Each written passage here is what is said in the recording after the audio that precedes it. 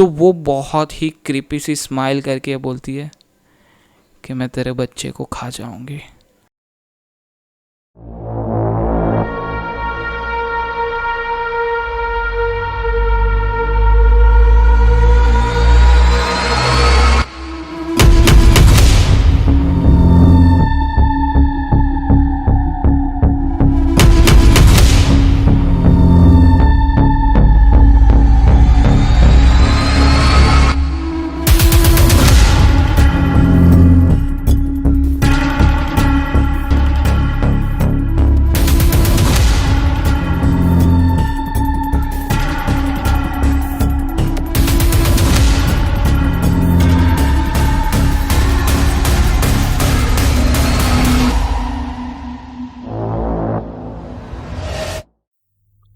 So hello and welcome back to my channel the sinister JD.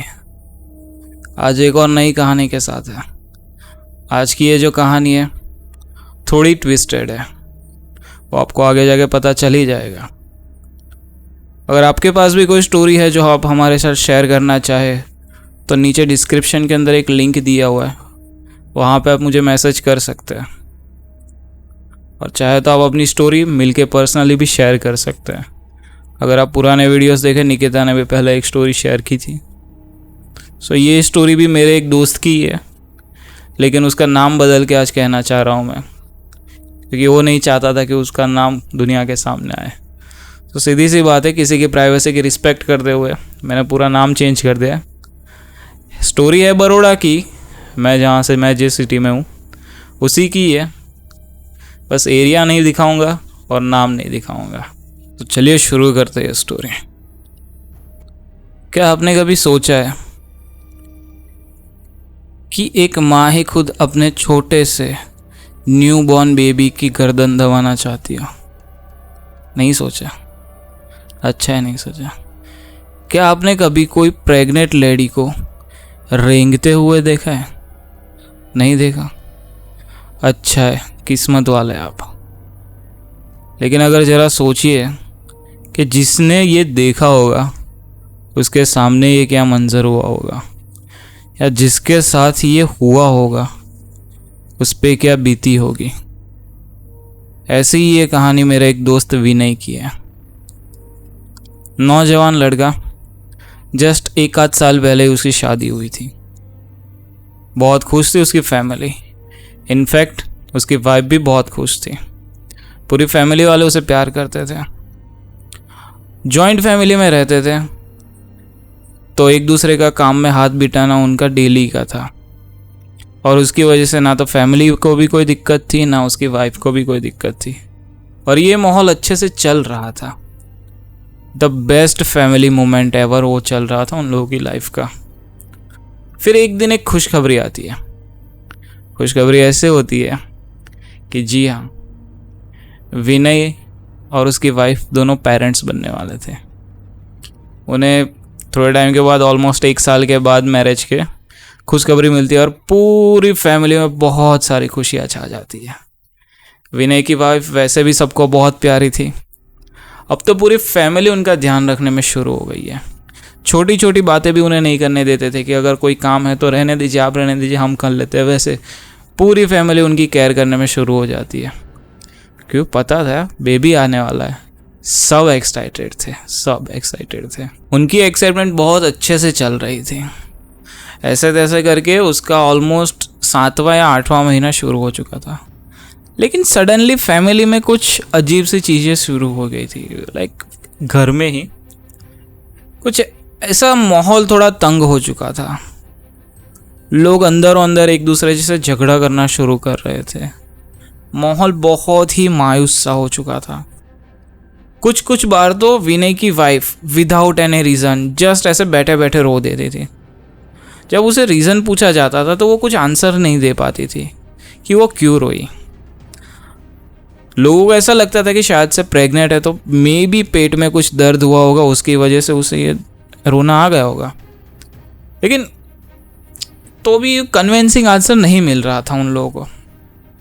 कुछ बार है ना, रात को मिडनाइट अराउंड जब वो घर में ऐसे सो रहे होते हैं, वैसे माइल्ड थिन स्मेल आया करती, जैसे कुछ घर में सड़ रहा हो। वैसा माहौल हो चुका था। लेकिन एक टाइम पे बहुत एक पॉजिटिव वाइब भी उन लोगों के घर में चल रही थी कि बेबी आने वाला है। तो ये जो नेगेटिव वाइब जो हो रही थी उसके ऊपर लोगों ने ध्यान नहीं दिया था उतना। लेकिन ये जो चीज़ें थी वो धीरे धीरे करके अब बढ़ने लगी थी। लाइक कि विनय की वाइफ एकदम से डर के आधी रात को उठ जाती थी। अगर उसे पूछा जाए कि आपने कोई सपना देखा तो भी वो रिस्पॉन्स नहीं देती थी, मतलब नकार देती थी कि नहीं कुछ नहीं हुआ है। एक रात ऐसा होता है, विनय और उसकी वाइफ ऐसे सो रहे थे, तो विनय की वाइफ एकदम से उठती है और दरवाजे की तरफ पॉइंट करके जस्ट उसे देखती ही रही है, उसे देख ही रही है, और बस एकदम से आंखों में से आंसू गिरना शुरू हो जाता है। ये देख के विनय घबरा जाता है कि क्या हो गया तुम्हें। उसकी वाइफ बोलती है कि वो फिर से आ गई। वो घबरा जाता है विनय, कौन आ गया, और उतनी थोड़ी देर में तैयारी में फिर से वो सो जाती है। विनय को ये टाइम पे थोड़ा अजीब लगा, लेकिन ये जस्ट पहली ही बार हुआ था तो उसने ध्यान नहीं दिया था इस बात पे। उसे लगा कि ठीक है कुछ हुआ होगा, देख लिया होगा, या फिर वहम हो सकता है। अभी तक तो वहम ही मान रहे थे, वहम हो सकता है ये हो रहा था। तो चल रहा था ऐसे ही। और कुछ बार ऐसा भी होता था कि ये जो चीज़ है वो कंटिन्यूस होने लगी थी। जैसे कि उन लोगों का एक ही घर था, एक ही माले का, उनका सेकंड फ्लोर नहीं था। तो ऐसे घर के कपड़े सुखाने के लिए वो लोग ऐसे फर्स्ट फ्लोर मतलब छत पे जाया करते थे कपड़े सुखाने के लिए। तो ये कई बार ऐसा हुआ है, ऐसा कई बार हुआ है, जो कपड़े सुखाए हैं वो जब लेने के लिए जाते हैं तो विनय की वाइफ उधर 2-2, 3-3 घंटे तक वापस नहीं आती थी। लाइक अगर वो दोपहर को गई है तो शाम के 4, 5, 6 बजे आते थे। फिर उसे नीचे से आवाज़ कोई देता था तब जाके वो आती थी। और ऐसा भी नहीं था कि ऊपर ऐसी कोई जगह थी कि जहाँ पे वो जाके बैठे सोए, ना, प्लेन छत है ऊपर और कुछ नहीं है। आजू बाजू कोई पेड़ पौधा नहीं है कि उसकी छत में जाके बैठे। ये थोड़ा अनआंसर्ड क्वेश्चन था कि वो वहाँ पे क्यों बैठ रही थी, लेकिन उसका भी कोई आंसर नहीं मिल पा रहा था। विनय की वाइफ को जब उसके बारे में पूछा जाता है कि आप क्यों एकदम से जैसे दोपहर में जाके बैठ जाते हो, शाम तक वापस नहीं आते हो, तो उसका यही आंसर आता है कि मैं जब भी ऊपर जाती हूँ मुझे बहुत थकान होती है, ऐसे बहुत सर ऐसे घूम रहने जाता है, तो मैं थक के बैठ जाती हूँ, फिर मेरे से उठा नहीं जाता है। ये रिस्पॉन्स होता है विनय की वाइफ का। और इवन ये भी बोलती है कि वो जब भी ऊपर जाते कपड़े लेने के लिए तो उसे हमेशा ऐसा फील होता है कि वो अकेली नहीं है, ऊपर उसके साथ कोई और भी है, लेकिन जब वो देखती है आजू बाजू से कुछ नहीं दिखता है। ये बातें उसका वहम था थोड़े टाइम तक तो, लेकिन उसे नहीं पता था कि ये उसकी बहुत ही गंदी एक रियलिटी होने वाली है। पहले तो टाइम में उसने ये वहम समझ के जाने दिया, कुछ नोटिस नहीं किया, ठीक है जैसा चल रहा था चल रहा था। अराउंड ऐसा करते करते उसे 7वां महीना चल रहा था, क्योंकि वो प्रेग्नेंट थी। 7वां महीना चल रहा था। 7वां महीना चल रहा था। ड्यूरिंग एक रात को वो लोग ऐसे ही सोए हुए होते हैं और वो एकदम से उठ जाती है और चिल्ला चिल्ला के बोलती है कि वो आ गई, वो आ गई, वो आ गई। ऐसा विनय को बोलती है। तो विनय एकदम से खड़ा हो जाता है और देखता है क्या आया, कौन आया। विनय भी घबरा जाता है कि क्या हो गया इसको। एकदम से आजू बाजू देखता है, कुछ नहीं होता है, तो उसको पूछता है क्या हुआ, कौन आ गए, कौन आ गए। तो दरवाजे की तरफ फिर से पॉइंट करती है और बोलती है कि देखो वो फिर से आ गई, वहाँ पे खड़ी है, वहाँ पे खड़ी है और मेरे को देख रही है। ये सुन के विनय घबरा जाता है। वो घबरा के अपनी फैमिली को बोलता है। वही टाइम पे उठाता है रात को कि मम्मी पापा को उठाता है, बोलता है कि ऐसा ऐसा सीन हो रहा है, ऐसे डर रही है। उसके मम्मी पापा बोलते हैं कि ठीक है करेंगे इसका कुछ। फिर उसके दूसरे दिन सुबह विनय जब ऑफिस जाने के लिए निकलता है तो घर में ऐसे कह के जाता है कि अगर कुछ भी होता है मेरे को अर्जेंट कॉल कर देना। तो बोले ठीक है। और घर पे वो टाइम पे विनय की मम्मी और उसकी वाइफ ये दोनों अकेले होते हैं। तो ये दोनों को कह के जाता है कि एक दूसरे का ख्याल रखना, अगर कुछ भी होता है इमरजेंसी में कॉल करना, मैं आ जाऊंगा। ये लोग एक्सेप्ट भी करते हैं कि हाँ ठीक है कुछ भी होगा हम आपको कॉल करेंगे। विनय जाता है, ऐसे ही है, दोपहर चली जाती है, शाम का टाइम आता है। तो विनय की मम्मी की उम्र थोड़ी ज़्यादा हो चुकी होती है, उनसे ना सीढ़ियाँ नहीं चढ़ी जाती थी। तो मोस्ट ऑफ द टाइम उनकी जो बहू होती है वही कपड़े सुखाने और कपड़े लेने के लिए जाती है। विनय की वाइफ ऊपर जाती है और नीचे से विनय की मम्मी वो उसे देख रही है कि अच्छा वो चलते चलते जा रही है, और बोलती है कि कांस्टेंट दिखते रहना मुझे, बहुत अंदर मत चले जाना। वो नीचे खड़े खड़े उसे देख रहे कि हाँ वो जा रहे हैं। ऐसे ऊपर गई, ऊपर जाने के बाद एक पॉइंट के बाद वो एकदम से गायब हो जाती है आगे जाके। तो यहाँ से विनय की मॉम उसे आवाज़ लगाते कि किधर हो, दिख नहीं रहे हो। ऊपर से आंसर नहीं आ रहा था। And suddenly just after 2 minute Vinay की वाइफ की ज़ोर से चिल्लाने की आवाज़ आती है, और वो तैयारी में भागते हुए सीढ़ी की तरफ जैसे ही आ रही होती है तो उनका पैर साड़ी के पल्लू में फंस जाता है और वो गिर जाते हैं। डैम, वो टाइम पे उनका 7वां महीना चल रहा था। ये देख के विनय की मम्मी डर गई, बहुत डर गई थी। उन्हें लगा भी था विनय की वाइफ को। वो जैसे तैसे करके वहाँ से उठ के नीचे आती है और वो टाइम पे उन्हें पेट में बहुत दर्द हो रहा होता है। वो और उनकी मम्मी तैयारी में एम्बुलेंस को कॉल करती है और विनय को भी कॉल करती है कि ऐसा हुआ है। एम्बुलेंस पहले पहुंचती है और उनको लेके सीधा हॉस्पिटल जाती है। विनय भी उनके पीछे सीधा हॉस्पिटल चले जाता है। वहाँ पे जाके उन्हें पता चलता है कि ठीक है, मामला नॉर्मल है, कुछ उतना डैमेज नहीं हुआ है, बेबी भी ठीक है, बेबी की मम्मी भी ठीक है, उन्हें कोई दिक्कत नहीं हुई है। लेकिन ये बहुत ही घबराने वाली बात थी कि एकदम से क्यों भागी थी ये। जब उसे रीज़न पूछा गया और उसने जो आंसर दिया वो सुन के सबके कान फट गए थे, आंखें खुली रह गई थी। उसने ऐसा बताया कि जब वो ऊपर गई तो उसकी जो साड़ी जो टिंगाई हुई थी, साड़ी जस्ट लास्ट वाली साड़ी टिंगाई हुई थी, वो साड़ी जैसे ही हाथ में लेती है और वो टाइम पे उसके सामने एक फिगर आता है, एक फीमेल फिगर।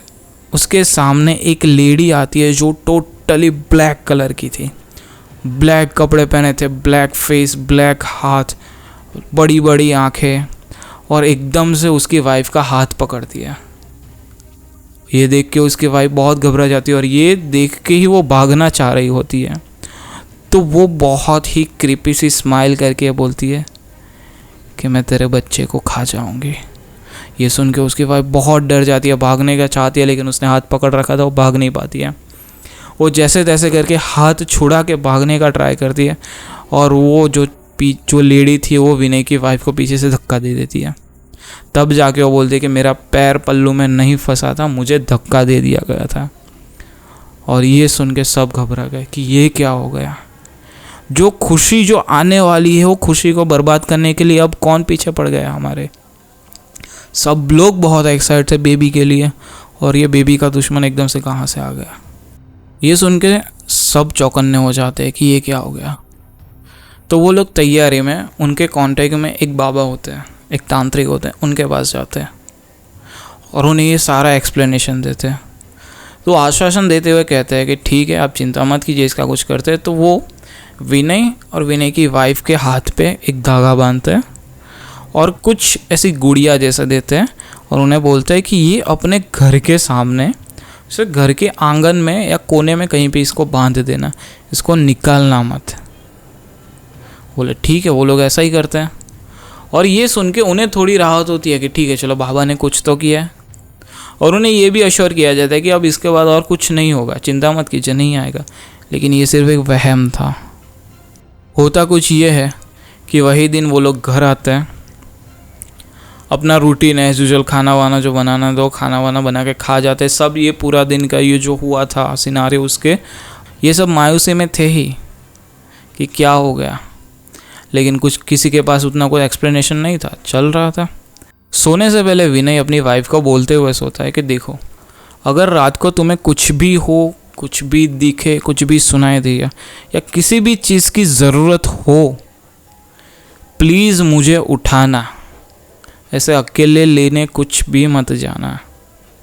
विनय की वाइफ हाँ बोलती है, लेकिन विनय की वाइफ को ऐसा था कि अब वो तांत्रिक जी ने कुछ तो किया है तो हमें कुछ नहीं होगा, क्योंकि वो बहुत एश्योर हो चुकी थी इस बात से, वो धागा जो बांधा था उसकी वजह से कि अब कुछ नहीं होने वाला है। लेकिन उसे नहीं पता था ना कि आगे क्या ही होगा। अराउंड 2-2:30 बजे उसकी नींद उठती है, उसे प्यास लगी होती है बेसिकली। तो उसके बेडरूम से किचन एग्जिट सामने दिखता है। तो छोटा सा घर होता है, बहुत महल नहीं होता है। किचन एग्जिट सामने दिखता है। उसे पानी पीने जाने के लिए वहाँ जाना था। वो एक बार सोचती भी है विनय को उठाने का कि इनको उठाते हैं। वो एक बार ट्राई भी करती है लेकिन वो उठता नहीं है। ऐसे नॉर्मल सॉफ्ट टच करती है, वो उठता नहीं है। वो भी सोचती है यार बेचारे पूरे दिन के थका रहे, सोया रहने दो, थके सोने दो, सामने ही है, मैं अकेले पीने चली जाती हूँ। वो वॉक करते करते जाती है तो वो टाइम पे जो लाइट है बहुत ही डीम चल रहा होता है। लाइक उनका जो बेडरूम जो बेड था उसके अराउंड ही फोकस था, किचन तक उसका लाइट बहुत कम आ रहा था। तो जैसे ही वो वहाँ पे जाती है, वहाँ पे खड़ी रहती है, मटके में से ग्लास डाल के पानी लेने जैसे जाती है तो वो किचन के ऊपर वाला जो एरिया था वहाँ पे लाइट आ रहा था, लेकिन प्लेटफॉर्म जो किचन का जो प्लेटफॉर्म है उसके नीचे लाइट बिल्कुल नहीं था। वो टोटली डार्क अंधेरा था, उसे नीचे दिख भी नहीं रहा था कि नीचे क्या है। तो वो वहाँ पे खड़ी खड़ी जैसे ही पानी निकालती है, देन शी सडनली रियलाइज कि उसके पैरों के बाजू में कुछ है और धीरे धीरे उसके पैरों को कोई टच कर रहा है। शॉक में आ जाती है वो। ये फीलिंग ही बहुत अजीब थी। उसे ऐसा अब लग रहा था कि उसको घुटनों के नीचे से दोनों पैर को किसी ने पकड़े रखा है। विनय की वाइफ की हिम्मत भी नहीं हो रही थी नीचे देखने की, क्योंकि उसने ऑलरेडी वो फेस पहले देखा हुआ था। विनय की वाइफ की हिम्मत नहीं हो रही थी। जैसे तैसे वो करके वो नीचे देखती है और नीचे वो देखती है कि नीचे वो वही औरत, वही चुड़ैल नीचे बैठी है। ये देख के वो बहुत डर जाती है। वो चिल्लाती है, विनय नहीं उठता है वो टाइम पे, और नीचे से वो औरत बहुत ही क्रीपी सी स्माइल में बोलती है, कितना ही चिल्लाओगे, तुम्हें सुनने वाला कोई नहीं है इधर। मैं तुम्हें और तुम्हारे बच्चे दोनों को अपने साथ ले जाने आई हूँ। ये सुन के वो बहुत चिल्लाती है, बहुत चिल्लाती है। और दैट मोमेंट विनय की नींद उड़ती है। वो देखता है कि उसकी वाइफ किचन में just centre of the kitchen अकेली खड़ी है। चुड़ैल वो टाइम पे गायब हो चुकी थी, लेकिन वो विनय की वाइफ की बॉडी में आ चुकी थी। विनय को नहीं पता था।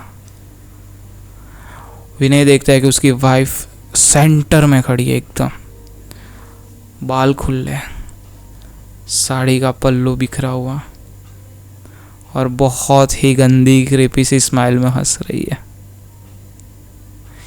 ये देख के एक बार विनय भी घबरा जाता है। विनय ऑन द स्पॉट उसके मम्मी पापा को चिल्ला चिल्ला के आवाज़ लगा के उठाता है। उसके पेरेंट्स भी ये सुन के आ जाते हैं। जैसे ही वो लोग आते हैं, विनय की वाइफ सबको ऐसा बोलती है कि कितना भी ट्राई कर लो, मैं इसे और इसके बच्चे दोनों को अपने साथ ले जाऊंगी। और ये सुन के सबकी फट जाती है। जो पूरा घर एक खुशी के इंतज़ार में था, इसके साथ क्या हो रहा है पता नहीं चल रहा था। विनय और उसके पापा दोनों उसको पकड़ के बिठाने का ट्राई करते हैं, उसके पास आने का, लेकिन विनय की वाइफ बहुत स्ट्रांग हो चुकी थी। वो किसी के आपे में नहीं आ रही थी, किसी के हाथ में नहीं आ रही थी। घर में वो टाइम पे बहुत शोर शराबा होता है। एक टाइम पे ये लोग चिल्ला रहे हैं, एक टाइम पे विनय की वाइफ चिल्ला रही है। वो डबल आवाज़ में चिल्ला रही थी, एकदम क्रीपी सी आवाज़ में। कुछ बार वो हंस रही है, कुछ बार वो रो रही है, कुछ नहीं पता चल रहा है उसके साथ क्या हो रहा है। बहुत हॉरिफाइंग सीन हो चुका था। एक छोटी सी फैमिली, उसके साथ ये कोई सोचता भी नहीं था, लेकिन ये सिचुएशन हो रही थी वहाँ पे। आवाज़ इतनी हो चुकी थी कि उसके जो नेबर्स थे वो भी अभी उठ चुके थे, और उनको भी पता हो चुका था कि कुछ प्रॉब्लम हुआ है घर में। उनके आजू बाजू के जो नेबर्स होते वो आके देखते कि अच्छा विनय की वाइफ ऐसा बिहेव कर रही है। वो ऑन द स्पॉट उनके कोई पहचान वाले होते हैं, तांत्रिक जी, उनको कॉल करती हैं। वो वहाँ से रिस्पांस भी देते कि ठीक है हम आ रहे हैं थोड़ी देर में। यहाँ तक तब तक वो लोग ट्राई कर रहे हैं विनय की वाइफ को ऐसे बिठाने का, लेकिन वो बैठ ही नहीं रही है। बहुत आतंक मचाए रखा है उसने। उसको कैसे भी करके हाथ पैर बांध के अभी उसको वहाँ पे रख दिया जाता है। वो चिल्ला चिल्ला के बोल रहे कि मैं दोनों को ले जाऊँगी, दोनों को ले जाऊँगी, किसी को नहीं छोड़ूंगी। ठीक है। उतने में थोड़ी टाइम में जो तांत्रिक जी को कॉल किया होता है, वो तांत्रिक जी अपने 2 बंदों के साथ वहाँ पे आते हैं। वो वहाँ पे आके पूरा मुआयना करते हैं कि अच्छा सिचुएशन क्या है। वो फिर से तैयारी में अपने साथ जो 2 बंदे आए थे उन दोनों को बाइक पे उनके घर पे जाके कुछ सामान लाने को बोला जाता है कि जल्दी से ये सामान लेके आओ। वो तब तक अपने साथ विधि का सामान लाए होते हैं, जिसके अंदर पानी भी था और थोड़ा बहुत कुछ सामान भी था। तांत्रिक जी आते ही देखते हैं तो पहले उसके बाद पानी डालते हैं उसको कंट्रोल में करने के लिए। जैसे ही वो थोड़ा नॉर्मल होती है, वो तैयारी में कहता है कि मुझे ऑन द स्पॉट 2 अगरबत्ती, 1 नारियल और 1 नींबू ला के दो कहीं से, और गुलाल कहीं ना कहीं से ला के दो। तो गुलाल और नींबू तो मिल जाता है, लेकिन नारियल आजू बाजू के घर में कहीं ना कहीं से मिल जाता है, और अगरबत्ती लेके जाती है। वो नारियल को लेते हैं, उसके ऊपर नींबू रखते हैं, उसके अंदर नींबू के 4 टुकड़े करके उसके अंदर वो गुलाल भरते हैं चाकू से, अगरबत्ती जलाते हैं और उसके ऊपर ऐसे घुमाना शुरू करते हैं और बाजू में रख देते हैं। फिर उसे पूछते हैं कौन हो तुम। वो हंसते वो बोलते हैं तू कुछ नहीं उखाड़ पाएगा मेरा। तांत्रिक जी बहुत सादगी से पूछते हैं कौन हो तुम, सीधे से बता दो, वरना हमारे पास बहुत और भी रास्ते हैं। वो बोलती है जो आपको जो करना है कर लो, मैं नहीं बताऊंगी। तब वो जो 2 बंदे उनके घर पे गए होते हैं वो सामान लेके आ जाते हैं। वो कुछ लकड़ियाँ लाते हैं, फिर कुछ सामान उनका जो होता है वो लाते हैं, और एक मटका लाते हैं, और उन्हें बोला जाता है कि लकड़ियाँ जलाना शुरू कर दो। वो लोग लकड़ियाँ जलाना शुरू कर देते हैं। यहाँ पे से फिर से पूछा जाता है कौन हो तुम, वरना देख रहे हो चिता जलना शुरू हो चुकी है, कभी भी तुम्हें डाल सकते हो उसके अंदर। वो बोलते इससे कुछ नहीं हो पाएगा, कुछ नहीं कर पाओगे तुम मेरा। तांत्रिक जी भी थोड़ा गुस्से में आते कि ठीक है बेटा कोई नहीं, आप वेट करो, हम देख लेते हैं। तांत्रिक जी जली हुई लकड़ी लाके उसके सामने रखते हैं और फिर पूछते हैं कौन हो तुम। और ये देख के वो समझ जाती है कि उसका भागना मुश्किल है। पूछते हैं उसे कौन हो तुम, कहाँ से आई हो। तब वो जाके बोलती है कि वो कहीं से आई नहीं है, उसे भेजा गया है। और ये सुन के कन्फ्यूज़ होते हैं कि भाई कौन भेजेगा तुम्हें। फिर तांत्रिक अपना चाकू ने नींबू से कुछ विधि करते हैं, कुछ घुमाते हैं उसके ऊपर से, ये वो उसके सामने रखते हैं। फिर उसे बोलती है कि अब जो भी बात है सीधे सीधे पॉइंट टू पॉइंट बताओ, हुआ है क्या। तब जाके वो बोलती है कि वो भी जब मरने से पहले एक प्रेग्नेंट औरत ही थी, और ड्यूरिंग डिलीवरी टाइम है उसकी डेथ हो गई थी। तो उसको अपना जो सपना था वो पूरा नहीं कर पाई थी। अपना सपना पूरा करने के लिए वो इससे पहले किसी और औरत को भी उसने ऐसा पजेस किया था। ड्यूरिंग वो टाइम पे वो फैमिली ने भी कोई तांत्रिक को बताया था, वैसा वो बोल रही है चुड़ैल कि कोई तांत्रिक को बताया था।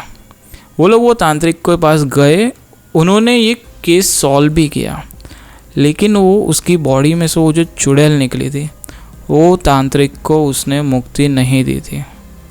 तांत्रिक ने उसे अपने पास कैद करके रख लिया था। और थोड़े टाइम के बाद तांत्रिक उसे फिर से खोलता है और चुड़ैल को बोलता है कि अगर तुम्हें मुक्ति चाहिए तो ये लो बाल का गुच्छा, और ये लो कपड़ा जिसके ऊपर खून लगा हुआ है। जिस किसी भी औरत का है उसके पास जाओ, उसे पॉजेस करो, उसका बच्चा मार डालो, और तब वापस आना, तब जाके मैं तुम्हें मुक्ति दूंगी। और तब जाके वो बोलती कि मैं तो सिर्फ मुक्ति की चाह में ये सब कर रही हूँ, वरना मुझे कुछ नहीं चाहिए। तो ये जो तांत्रिक जो आए होते हैं वो उसे कहते हैं कि कोई बात नहीं, हम आपको मुक्ति दे देंगे, हमारा साथ दो।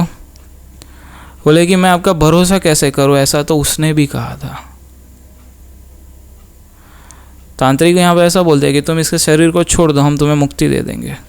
तो सामने बोलती है कि अगर मैंने इसका बच्चा मारे बिना इसके शरीर को छोड़ा तो वो तांत्रिक मुझे अपने पास तैयारी में खींच लेगा, मुझे कैसे भी करके इसको मारना ही पड़ेगा। तब जाके एश्योर करता है कि हम तुम्हें सीधा मुक्ति दे देंगे, उसके पास नहीं भेजेंगे। तो वो क्या करता है तांत्रिक जी, वो जो नारियल रखा होता है उसको बीच में बिठाते हैं और नारियल उसके सर के ऊपर से पूरे घुमाना शुरू करते हैं। ऐसे 7 से 8 बार घुमाने के बाद वो नारियल को लेके मटके में डालते हैं। मटके के ऊपर वो जो जली हुई जो लकड़ी जो था, कोयला, वो सारा भर देते हैं उसके ऊपर। और विनय को बोलता है कि आपकी वाइफ के कपड़े चेंज करवा देना और आपकी वाइफ ने जो भी मेटल की चीज़ अभी पहनी है वो सारी निकाल के मुझे दे दो ऑन द स्पॉट। वो लोग क्या करते हैं कि पूरा जितना भी उसने कपड़े हो पहने होते उसको तो चेंज करवा देते वॉशरूम में जाके।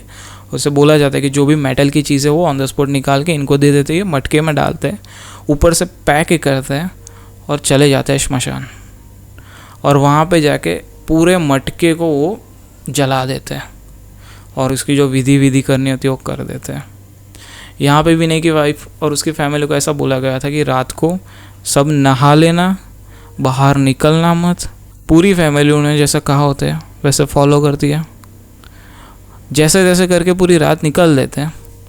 फिर दूसरे दिन सुबह वो उनके घर जाते हैं उनसे मिलने के लिए कि अब और कुछ करना है या ये कैसे हुआ था ये सब जानने के लिए।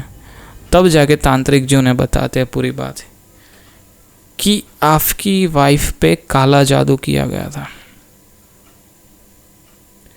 और ये जो भी किसी ने करवाया था वो आपके घर का बहुत ही नज़दीकी सदस्य था। क्योंकि पहली बात वो जो भी होगा आपके घर में उसको आना जाना कंटिन्यू रहता होगा, तब जाके उसके हाथ में ये बालों का गुच्छा आया। और दूसरा कि वो जो खून वाला जो कपड़ा था वो कोई नॉर्मल कपड़ा नहीं था। उसके ऊपर जब आपकी वाइफ पीरियड्स में होती है तो उसके ऊपर जो खून लगता है ना वो कपड़ा था और वो कपड़ा उसे दिया गया था। तो सोचो कि ये एकदम पर्सनल चीज़ें उसके हाथ में आई तो कहीं ना कहीं वो आपकी फैमिली में रेगुलर आने वाला ही कोई इंसान होगा, बहुत क्लोज होगा, तब जाके ये चीज़ें उसके हाथ में आई है। तब जाके उन्हें ये कहा जाता है कि देखिए ये बार तो आप बच गए, आगे की गारंटी हम नहीं देते, इसीलिए आप किसी पे भी अब भरोसा मत कीजिए। अगर आपके साथ कोई बहुत अच्छा बिहेव कर रहा है उस पर बिल्कुल मत कीजिए, उसके दिमाग में क्या चल रहा है आपको पता नहीं। और अगर कहीं आपका झगड़ा किसी के साथ होता है तो भले आपकी गलती ना हो लेकिन आप 2 हाथ जोड़ के माफ़ी मांग लेना, भले आपको बुरा लगे, लेकिन आपको नहीं पता है वो अपने दिमाग में क्या लेके चल रहा होता है। और ऐसे लोगों से सावधान रहिए। ये कहानी को आज ऑलमोस्ट 9 साल हो चुके हैं। वो प्रोसेस के बाद विनय की वाइफ एक बेबी बॉय को जन्म देती है जो बहुत ही हेल्थी है, अभी फ़िलहाल बहुत अच्छे से जी रहे हैं। आज भी विनय की फैमिली उस सदमे को भुला नहीं पाई है। आज भी वो किसी पे भरोसा करने के लिए 2 बार सोचते हैं। मैं आपको भी यही कहना चाहूँगा, सब पे भरोसा मत कीजिए, कलयुग चल रहा है, कुछ भी हो सकता है। So this is it, this was the story of Vinay. आप कमेंट करके बता सकते हैं आपको स्टोरी कैसी लगी। अगर आपके पास भी कोई स्टोरी है आप चाहे तो हमारे साथ शेयर कर सकते हैं। डिस्क्रिप्शन के अंदर मैंने इंस्टाग्राम आईडी का लिंक दिया हुआ है। अगर आप यहाँ तक आए, वीडियो पसंद आए, आपको पता है क्या करना है। Thank you.